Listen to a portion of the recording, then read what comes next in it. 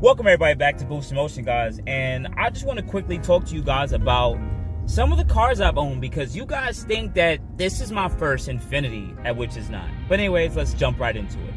So I've had my license for probably what, I'm 33 right now, 32, 33, and I've had my license since I was about 17, right? So that means I've been driving for that amount of time. One of the first cars that I learned to drive on was a Mazda MPV all-wheel drive, right? And I really enjoyed driving that car, but it was a piece of utter turd. Like, it really was. I was the typical kid that was going to college, and pretty much putting myself through college, like literally putting myself through college. And this is all I can really drive for at the time being. I'm talking about smoky startups in the winter. I had to put oil in the motor as much as I put gas into the motor. That's how bad it was. And it was hard. I mean, emotionally, I knew I was doing what I'm supposed to do, but it broke me down seeing that. And I really had a hoopty. But you know what's the best thing about having a hoopty? You get to really have a love for these little things, such as heat and AC. That was one of the best things I love about that, next to the big open space and the big open cabin. It made me really enjoy driving that car. And it was like driving on the couch with wheels. But outside of that, that car needed to go. Second car that I had was a 1997 the V8 powered, I can't remember the size of the motor, but the V8 powered Grand Cherokee. Now, I really enjoyed driving this car because that's the first time I really learned about torque. And it was super fun. That car was a very fun car to drive from stoplights. So you can kind of hear the inherent thing here. Both of these cars basically came both all-wheel drive, well, the Jeep Cherokee was four-wheel drive. That car had to go sooner or later because it just did not ran good. It was very terrible. I didn't know too much about cars in these first two cars, but I got to learn a lot about cars with owning those two cars. So I ended up getting rid of that car. I saved up my money. And I finally got a 1996 Nissan Maxima. It was blue with gray cloth interior. If I have any photos, I'll throw it up. But I've lost a lot of my photos in last year, so I may not have any pictures left. But with this car was my first. This was one of my cars I've always wanted to own, a Maxima 4th gen. And yo, I got this car and I had fun with it. I lowered it on springs. I did coilovers. I did plenty of different intakes. I did manifold swap, the black intake manifold swap. I did the exhaust. I did headers. And I'm telling you guys right now, like, that car, I learned a lot about it. Sway bars, every option that you could necessarily get for that car when it comes to performance, I did it. I honestly did it. And I really enjoyed that car. I really love that car. But at some point, you have to move on. You have to grow up. So I ended up selling that car after 2-3 years, and I ended up getting a 2002 Nissan Maxima GLE. This is my first time when I actually have a car with heated seats and heated steering wheel, and I'm telling you, I love that car too. Once again, I did the same thing: headers, exhaust. I did wheels, tires, coilovers, springs, front lip. I did majority intake swap, SSIM. I did majority of the top modifications again for the car. Really enjoyed the car, and it had a bit better performance than the 3.0. Right? Also to throw in here, guys, I was definitely a heavy audio system person. I definitely started building my own audio systems in the car myself. I always liked doing audio systems from my own house, so you just translate it to the car, and it was very simple and super easy to go start doing that. So I got into the system part, but never got to the point of having a tornado or anything like that. I just had a very clean system that fit into the OEM system, and I ran on either 2 to 3 amps. This guy's right on my back. Anyways, after a point, I got tired of driving that car, and I wanted to finally upgrade to another car, because when you have a front-wheel drive car, you always continue to lose performance in the sense of stoplights. I never liked the fact that that at stoplights, when I take off with front-wheel drive cars, it was always spinning. And I'm not gonna lie to you, all-wheel drive cars always made me want to sell it. Yes, they always made me want to sell it. And what do I mean by saying by saying that? What I mean by saying this is this: whenever I bump into any of such as a WRX or a Porsche or anything that's really all-wheel drive at a stoplight, I would take off and spin, and these cars would just take off. Even if I was close to their performance, I just could not compete. And I really disliked the idea of torques there, and I just really learned that, listen, front-wheel drive is not it. It's fun, it's cool, but to get a lot of power and have proper traction, it's not the proper car to continue to have. So moving forward from that, what I looked into doing next was this. I looked into getting an all-wheel drive. I always liked the look of the G35s, G37s, and I didn't get the first gen G35. I looked into getting a 2007 G35X because it was a little cheaper than a G37X. So I ended up getting a blue Lakeshore one with cream leather interior. Really nice car, really enjoyed it. But because it was already a BQ mode, I was very familiar and I was very comfortable with modifying some parts of this car. Super easy, super simple. I did, once again, coilovers, springs. I did lips. I went through a bunch of lips. I did a few different wheels in it, including RPF ones. I really enjoyed the RPF ones. I never did a BBK on this car, even though I bought it. I just never did a BBK because I didn't really care for it. And I did the exhaust. I didn't do the system on this car because it came, even though all my cars came with Bose, this one I got tired of dealing with all the 12s or 10s in the trunk, and I just got tired of just dealing with music, and this one was just pretty much simple, from what I can say. Just pretty much simple, and I just didn't want to do much more with it. Now, outside of that, I enjoyed this car too.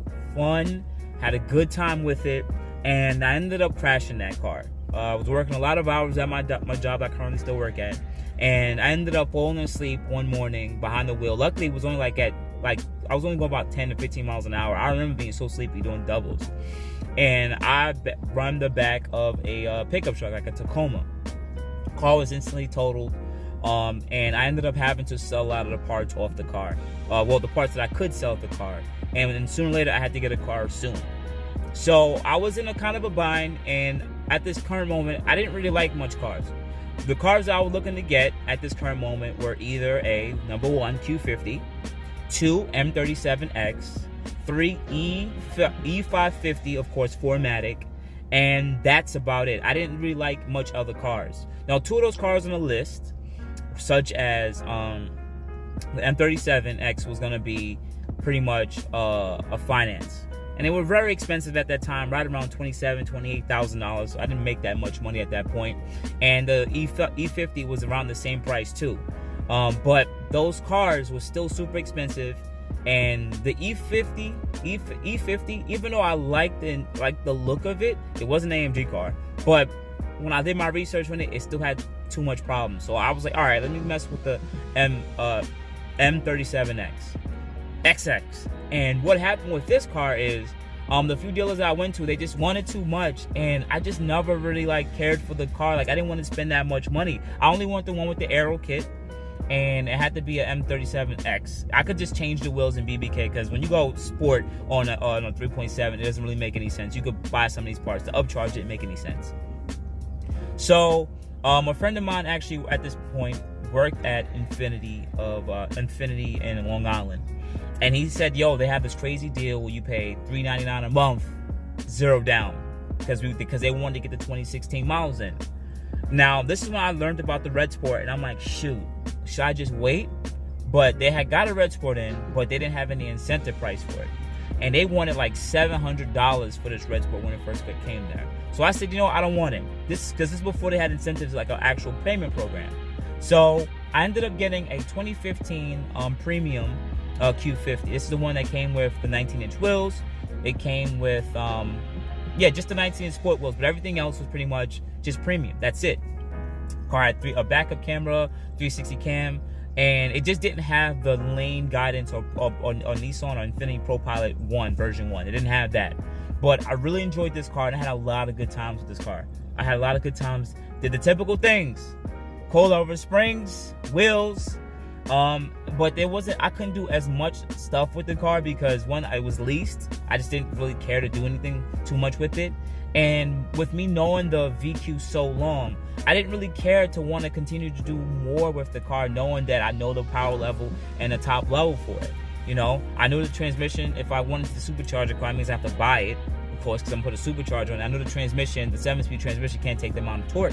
So I never really put much time and more money into it. I just started, and that's when I started slightly making some videos once the car was already modified and everything like that.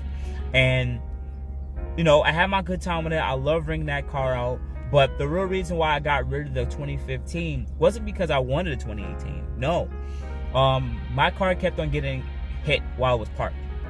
I don't know what happened, but this was my first brand new car I've ever got in my life. And it's funny that the universe decided, hey, listen, I'm gonna get your car hit when it's minding its business. So my car will be perfectly parked on the corner, sexy, and a tractor trailer will come and just mess up the whole side. Got the car fixed, parked in the same spot again. The mirror gets sideswiped in the same spot. I said, you know what? I'm being stupid. Let me start parking it here. So that part got fixed. Then I parked it away from a lot of this nonsense. And guess what happens? Someone decides to park so close to the back of it, down they scratch up the whole back bumper and then left. I'm like, yo, you gotta be freaking kidding me. So at this point, I'm getting pissed with the car. I'm getting annoyed with the car because, you know, claims and stuff add up and, you know, whatever the case might be. But there was this one day, it was Labor Day in New York City. If you live in New York City, Labor Day is one of the busiest days, and basically traffic is terrible. I ended up getting up for work because I ended up working that day, and I ended up making a left at a turning left lane.